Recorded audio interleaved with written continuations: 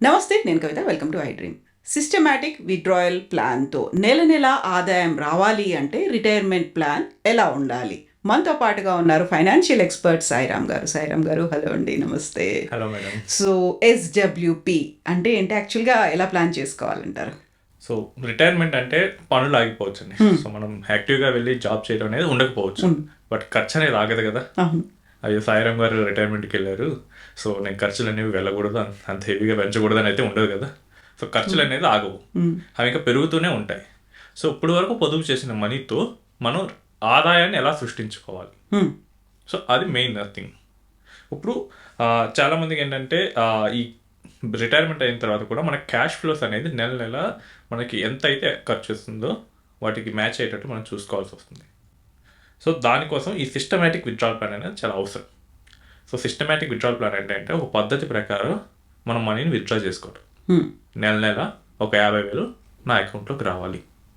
So అదే systematic withdrawal plan. So దానికి mutual fund వాడచ్చు, లేదా పెన్షన్ ప్లాన్స్ ఉంటాయి, వాటిని కూడా తీసుకోవచ్చు.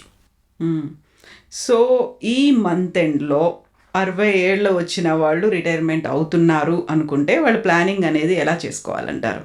ఇది అందరికీ రిటైర్ అయ్యే వాళ్ళకి చాలా కామన్గా వచ్చే డౌట్ అండి. సో మొన్న ఒక క్లయింట్ వచ్చారు, సో పేరు అయితే మార్చి చెప్తున్నాను. సో మేడం రమాదేవి గారు. ఓకే. సో ఆమె రిటైర్ అయ్యారు. సో ఆమెకి పిఎఫ్ నుంచి 40 lakhs అనేది వస్తుంటాయి. సో ఇప్పుడు ఏంటంటే నెక్స్ట్ ఏంటి, ఈ 40 lakhs ఎలా పెట్టాలి? సో వాళ్ళకైతే ఖర్చులు అనేది ఉంటాయి, వాళ్ళ మెడిసిన్స్కి, నార్మల్ వెళ్ళటానికి, బంధువుల ఇళ్ళకి, దానికన్నా కొంచెం ఖర్చు అయితే అవుతుంది. సో దీన్ని ఏం చేయాలి? ఒక ఆప్షన్ ఏంటంటే ఎఫ్డీలో పెట్టచ్చు. సో ఎఫ్డీలో పెడితే ఒక 6.5% చొప్పున ఇంట్రెస్ట్ రేట్ సంవత్సరానికి ఒక 2.6 lakhs వస్తాయి.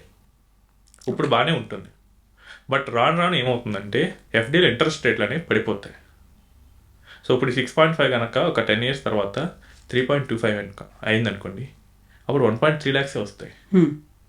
ఇలా ఎందుకు అవుతుందంటే కనుక మార్కెట్స్ కనుక డెవలప్ అవుతుంటే ఎకానమీలో మనీ అనేది ఈజీగా ఉంటాయి. అప్పుడు బ్యాంక్స్ అప్పుడు బ్యాంక్స్ ఇంట్రెస్ట్ రేట్లు తగ్గిస్తుంటాయి. మీకు యూఎస్లో చూస్తే ఇంట్రెస్ట్ రేట్లు 2-3% ఉంటాయి లోన్కి 2-3%. ఇంకా బ్యాంక్ వాళ్ళు అయితే కనుక వాడు అసలు ఇంట్రెస్ట్ అయ్యాడు, వాడు మన మనీని పెట్టినందుకు వాడు మనకి రివర్స్లో మెయింటెనెన్స్ ఫీజు అడుగుతాడు. ఓకే. సో ఏంటంటే డెవలప్ అయ్యేటప్పుడు జపాన్లో కూడా అదే సిచ్యువేషన్. ఇప్పుడు ఇండియా డెవలపింగ్ అంటున్నారు. So India 4th largest economy అయింది, అది 3rd, 2nd అయ్యేటప్పటికి మనకి ఇంట్రెస్ట్ రేట్లు అనేవి ఖచ్చితంగా పడిపోతాయి. సో అప్పుడు ఎఫ్డి అనేది లాంగ్ టర్మ్లో సూటబుల్ కాదు. ప్రజెంట్ అయితే బాగానే ఉంటుంది. ఇంకొకటి ఏంటంటే వాటి మీద ట్యాక్స్ అనేది ఉంటుంది. ఆబ్వియస్లీ లిక్విడిటీ అనేది కొంచెం ప్రాబ్లం అవ్వచ్చు. నాకు ఇప్పుడు 40 lakhs ఉంది, నాకు 2 lakhs ఎమర్జెన్సీగా అవసరమైంది, నేను 40 lakhs ఎఫ్డి బ్రేక్ చేయాల్సిందే. సో ఆ ప్రాబ్లం అయితే ఉంటుంది. ఇంకోటి ఏంటంటే మనం ఒక కన్జర్వేటివ్ మ్యూచువల్ ఫండ్లో పెట్టాం, సేమ్ అమౌంట్ 40 lakhs అయినా ఒక కన్జర్వేటివ్ మ్యూచువల్ ఫండ్లో పెట్టి ఒక 8-10% రిటర్న్ ఎక్స్పెక్ట్ చేస్తే కనుక, సో ఈ 40 lakhsని పెట్టి నెల నెల 25,000 rupees మనం పెన్షన్ తీసుకుంటే ఆఫ్టర్ 15 years మనకి ఆల్మోస్ట్ 67 lakhs ఉంటుంది. ఓకే. ఇక్కడ ఏంటంటే మన అమౌంట్ కూడా పెరుగుతూ ఉంది, అండ్ మన కార్పస్ పెరగడం వల్ల మనకి రేపు ఒక 10 years తర్వాత నాకు ఈ 25,000 సరిపోవట్లేదు, ఓ 30,000 తీసుకుంటున్నాను. It is possible. But alternative ఉన్న ఎఫ్డి కానీ పెన్షన్ వాటిలో ఏమవుతుందంటే కనుక ఏదో సేమ్ అన్నా ఇస్తారు. పెన్షన్ ప్లాన్స్ అంటే ముందే ఫిక్స్ అవుతుంది కాబట్టి ఇన్సూరెన్స్ కంపెనీస్. ఎఫ్డీస్ అయితే కనుక ఇంట్రెస్ట్ రేట్లన్నీ ఖచ్చితంగా తగ్గుతాయి. అప్పుడు నాకు ఖర్చు పెరిగిందంటే కనుక మనం ఏం చేయలేము, ఇంకా అక్కడ నుంచి అమౌంట్ ఇలా రాదు. సో మనకేంటంటే ఈ ఎస్డబ్ల్యూపీలో మ్యూచువల్ ఫండ్లో పెట్టి నెల నెల ఒక అమౌంట్ తీసుకుంటూ ఉంటే కనుక మనం అమౌంట్ వస్తుంటుంది, మిగతాది గ్రో కూడా అవుతుంది.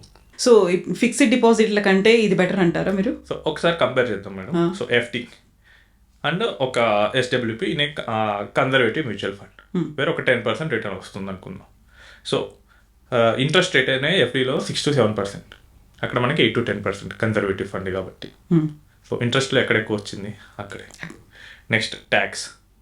ఇంట్రెస్ట్ మనకి అక్యుములేట్ అయిన ఇంట్రెస్టే ట్యాక్స్, నేను తీసుకోకపోయినా ట్యాక్స్ కట్టాలి.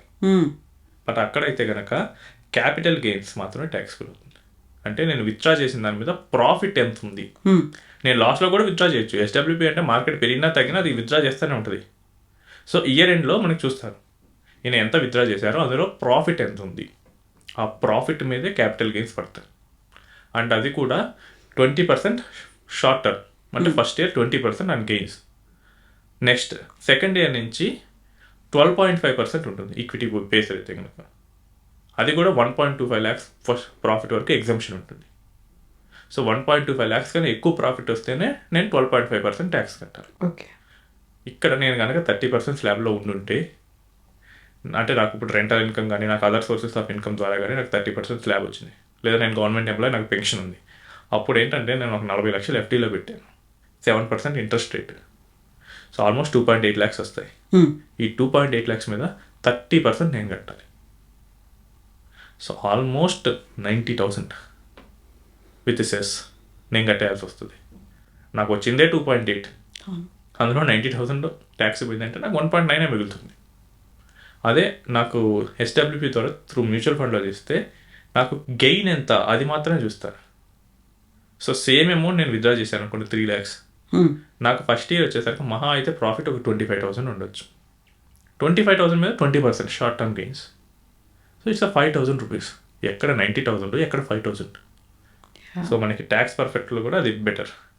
Next liquidity. నేను కనుక ఎఫ్డీని ప్రీ క్లోజర్ చేస్తే బ్యాంకులు నాకు ఇంట్రెస్ట్ రేట్లో పెనాల్టీ వేస్తారు. మొహమాటే లేదు, బ్యాంక్ నేను 2 years ఉంటాయని చెప్పేసి నేను 1 yearకే తీసేస్తే కనుక వాళ్ళకి ప్రీ క్లోజర్ ఛార్జెస్ అన్ని వసూలు చేస్తారు. ఇక్కడ అసలు ఆ ఆప్షనే లేదండి, పెనాల్టీ అనేది లేదు. The only thing is that first year కనుక మీరు కనుక విత్డ్రా చేస్తే 1% అనేది మీకు ఎగ్జిట్ లోడ్ కింద చేస్తారు. అదే ఫస్ట్ ఇయర్ తర్వాత అయితే కనుక ఇంకా అవి కూడా ఉండవు మీకు.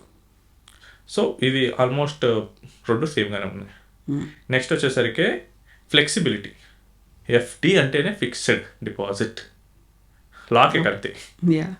సో ఇదేంటంటే మనకు కస్టమైజ్ చేసుకోవచ్చు. ఒకవేళ ఎఫ్డీలో ఇంట్రెస్ట్ పెడితే కనుక ఎవ్రీ మంత్ అంతే వస్తుంది. ఇప్పుడు నేను మ్యూచువల్ ఫండ్ ఎస్డబ్ల్యూపీలో నాకు ఈ మంత్ నేను ఇక్కడ ఉన్నాను, నేను మా పిల్లల దగ్గరికి వెళ్తాను, నాకు అప్పుడు 25,000 అవసరం లేదు, నేను 10,000 తీసుకోవచ్చు. నెక్స్ట్ మంత్ నాకు ఖర్చులు ఎక్కువ ఉన్నాయి, 30,000 తీసుకోవచ్చు. So customization is possible. Next వచ్చేసరికి ఇన్ఫ్లేషన్ బీట్ చేయాలి. సో మన కోసం అనేది రేట్లు అనేవి పెరగకుండా ఉంటారు అనేది జరగదు. రేట్లు ఖచ్చితంగా పెరుగుతాయి. ఎవరైతే ఈ పాయింట్ని కనుక మిస్ చేశారో వాళ్ళు నెక్స్ట్ 7 to 8 yearsలో ఖచ్చితంగా ఇబ్బంది పడతారు. ఎఫ్డీస్లో పెట్టి ఇన్ఫ్లేషన్ బీట్ చేయడం ఆల్మోస్ట్ ఇంపాసిబుల్. మీరు ఇన్ఫ్లేషన్ కన్నా ఎక్కువ వెళ్ళే ప్రొడక్ట్, సో జనరల్ ఇన్ఫ్లేషన్ 9 ఉంటే కన్జర్వేటివ్ ఫండ్స్ కూడా 8 to 10 years అలా ఉంటారు, అవి బీట్ చేస్తాయి ఒక 3%తో అయినా కానీ. సో ఇన్ఫ్లేషన్ కూడా బీట్ చేస్తుంటాయి. The only thing is that ఆ 5 lakhs వరకు ఇది సేఫ్టీ అండ్ గ్యారంటీడ్ రిటర్న్ వస్తుంది. బట్ ఇక్కడ మ్యూచువల్ ఫండ్ అనేది గ్యారంటీడ్ కాదు, market linked return. So pension income SWP ద్వారా ఏ ఫండ్స్ని ఎంచుకోవచ్చు అంటారు? సో మీరు కనుక కన్జర్వేటివ్ ఇన్వెస్టర్ అయితే కనుక మనకి కన్జర్వేటివ్ మ్యూచువల్ ఫండ్స్ అని ఉంటాయి. సో వాటిని మీరు ఎంచుకోవాల్సి వస్తుంది. తక్కువ రిస్క్, స్థిరమైన ఆదాయంతో వస్తాయి. నెక్స్ట్ కొంచెం మోడరేట్గా కానీ అగ్రెసివ్గా కానీ నేను రిస్క్ తీసుకోగలనంటే కనుక బ్యాలెన్స్డ్ అడ్వాంటేజ్ ఫండ్స్ అని ఉంటాయి.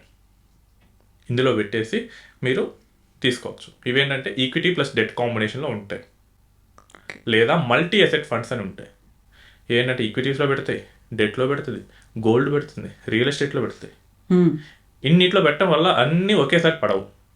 అప్పుడు ఏంటంటే మనకి ఈవెన్ రీసెంట్ మార్కెట్ ఫాల్లో కూడా నా దగ్గర ఉన్న మల్టీ అసెట్ ఫండ్స్ ఇన్వెస్టర్స్కి 2 to 3% రిటర్న్ వచ్చింది. Okay. Who invested 50 lakhs, they were 51 or 52 వరకు ఉన్నాయి వాళ్ళ రిటర్న్. 52 lakhs వరకు పెరిగింది. సో మార్కెట్ పడుతున్నా కానీ అన్ని పడకపోవటం వల్ల ఒకేసారి అన్ని పడవని వాళ్ళకి ఏంటంటే ఆ ఇన్కమ్ కూడా వస్తూనే ఉంటుంది, అంటే మైనస్ అనేది ఎక్కువ జరుగుతుంది. సో బ్యాలెన్సర్ కానీ మల్టీ అసెట్ కానీ పెట్టచ్చు. లేదంటే అంటే షార్ట్ డ్యూరేషన్ డెట్ ఫండ్స్లో పెట్టచ్చు. నాకు ఫస్ట్ నుంచే ఇన్కమ్ కావాలి, ఓకే, అలాంటప్పుడు కొంచెం రిస్క్ తీసుకోగలన్నప్పుడు ఒక 90% అమౌంట్ మల్టీ అసెట్లో పెట్టి ఒక 10% షార్ట్ డ్యూరేషన్ డెట్ ఫండ్లో పెట్టి ఈ డెట్ ఫండ్ నుంచి విత్డ్రా చేయటం. సో ఈ 3 కేటగిరీ ఆఫ్ ఫండ్స్లో మనం ఇన్వెస్ట్ చేయొచ్చు. పెట్టి లంసంగా చేయాల్సి వస్తుంది. లంసంగా చేసి నెలకు మనకు కావాల్సిన పెన్షన్ అనేది విత్డ్రా ఎస్డబ్ల్యూపీ పెట్టేస్తే ఆటోమేటిక్గా అక్కడి నుంచి మన అకౌంట్లోకి వస్తూ ఉంటాయి. సో చాలామంది ఎస్డబ్ల్యూపీ అనేది అంత సేఫ్ కాదు అనే అభిప్రాయంలో ఉంటారు కదా, మీరేం సజెస్ట్ చేస్తారు వాళ్ళకి? సో మార్కెట్ రిస్క్కి లోబడే ఉంటుందండి ఏ మ్యూచువల్ ఫండ్ అయినా. సో మనం టార్గెట్ అనేది 5+ ఇయర్స్ అనేది పెట్టుకోవాల్సి వస్తుంది. మీరు ఎస్డబ్ల్యూపీ పెట్టినా కానీ ఈవెన్ కన్జర్వేటివ్ మ్యూచువల్ ఫండ్ అయినా కానీ 5+ ఇయర్స్ పెట్టుకుంటేనే మనకి ప్రాఫిట్. ఎందుకంటే అప్పుడు ఏమవుతుందంటే 5 ఇయర్స్లో ఈ వాలటిలిటీ అంతా సాఫ్ట్ అయిపోతుంది. ఓకే. మార్కెట్ పట్టడం పెరగడం ఇవన్నీ కామనే. ఒక 5 ఇయర్స్ ఉంటే కనుక అందరూ మర్చిపోతారు, మార్కెట్ కూడా పెరుగుతుంది. నెక్స్ట్ ఏంటంటే మీరు ఎస్ఐపిలో లేదా ఎస్డబ్ల్యూపీ పెట్టేటప్పుడు మార్కెట్ టైం చేయాల్సిన అవసరం ఉండదు. మీరు మనీని పెడతారు, ఆటోమేటిక్గా మార్కెట్ హై ఉన్నా లో ఉన్నా కానీ మీరు తీసుకునే అమౌంట్ అయితే కనుక ఎస్డబ్ల్యూపీలో 15,000 or 20,000 కదండి. లేదా బాగా అగ్రెసివ్ వాళ్ళకి 50,000 తీసుకుంటారు. ఆ 50,000కి మీరు మార్కెట్ని టైం చేయాల్సిన అవసరం ఉండదు. మొత్తం తీసుకుంటేనే మనం మార్కెట్ని టైం చేయాల్సిన అవసరం వస్తుంది. సో మార్కెట్ ఒకవేళ అప్పు ఉంది, మీరు పెట్టారు, తర్వాత మార్కెట్ పడింది, ₹1,00,00,000 మీరు ఇన్వెస్ట్ చేశారు, మార్కెట్ 20% పడింది, మీరు నెలకు 50,000 తీసుకుంటున్నారు అంటే ₹1,00,00,000 పెట్టి 20% పడిందంటే ఒక 80 lakhs మిగులుతుంది. దాని మీద మీరు ఇంకో 6 lakhs తీస్తారు, 74 lakhs అవుతుంది. ఇంకో 2 yearsలో మళ్ళీ ఇది రికవర్ అయ్యి మళ్ళీ 1 crore వస్తుంది. మీకు కావాల్సిన 50,000 అయితే ఇక్కడ ఆగట్లేదు కదా. సో దానికి వరి అవ్వాల్సిన అవసరం ఉంటుంది. ఇప్పుడు మీరు ఒక ఇల్లు కొని రెంట్కి ఇచ్చారు, అయ్యో నా ప్రాపర్టీ వాల్యూ ఈరోజు తగ్గింది, ఈరోజు పెరిగిందని మనం ఏమైనా చూసుకుంటామా? అసలు ఏం చూసుకోం కదా. రెంట్కున్నాడా నాకు రెంట్ ఇస్తాడా లేదా, ఇది ఒక్కటే చూసుకుంటాం కదా. సో వై మ్యూచువల్ ఫండ్స్కి వెళ్ళినప్పుడు అది రాంగ్గా ఆలోచిస్తారు చాలామంది. ఎవ్రీడే అసెస్మెంట్లు అనేవి ఎందుకు? ఎవ్రీడే అసెస్మెంట్ అనేది అస్సలు అక్కర్లేదు. మనకి పెన్షన్ వస్తుందా లేదా ఆ క్వశ్చన్కి క్లారిటీ ఉండాలి. సో యాజ్ లాంగ్ యాజ్ అది మనకి పెన్షన్ ఇచ్చినంత వరకు మనకి ప్రాబ్లం లేదు. ఇంకోటి ఏంటంటే ట్యాక్స్ ఎఫిషియెంట్ కూడా అండి. సో మనకి 1.25 lakhs లాంగ్ టర్మ్ వరకు మనకి క్యాపిటల్ గెయిన్స్ అనేది ఎగ్జెంప్షన్ ఉంటుంది. సో రెంట్లో ఆప్షన్ లేదు, ఎఫ్డీలో వచ్చే ఇన్కమ్ మీద ఆప్షన్ లేదు, అండ్ ఇన్సూరెన్స్ నుంచి వచ్చే పెన్షన్ ప్లాన్స్లో ఆప్షన్ లేదు. సో ఇక్కడైతే మనకి ఆప్షన్ వస్తుంది. ఇదేంటంటే ఒక కంట్రోల్డ్ విత్డ్రా స్ట్రాటజీ అంటారు. విత్డ్రా ప్లస్ గ్రోత్ రెండు ఉంటాయి. ఒక హైబ్రిడ్ మోడల్లో ఇవి పెరుగుతూనే ఉంటాయి. సో మీకు ఏంటంటే టార్టాయిస్ వర్సెస్ హెయిర్ రేస్ లాగా ఉంటుంది. చిన్నగా కదిలితే మెల్లిగా కదిలి ముందుకెళ్ళడం. బట్ మనకేంటంటే లక్ష్యాన్ని అయితే చేరుకుంటాయి, మధ్యలో డ్రాప్ అవ్వకుండా. యా.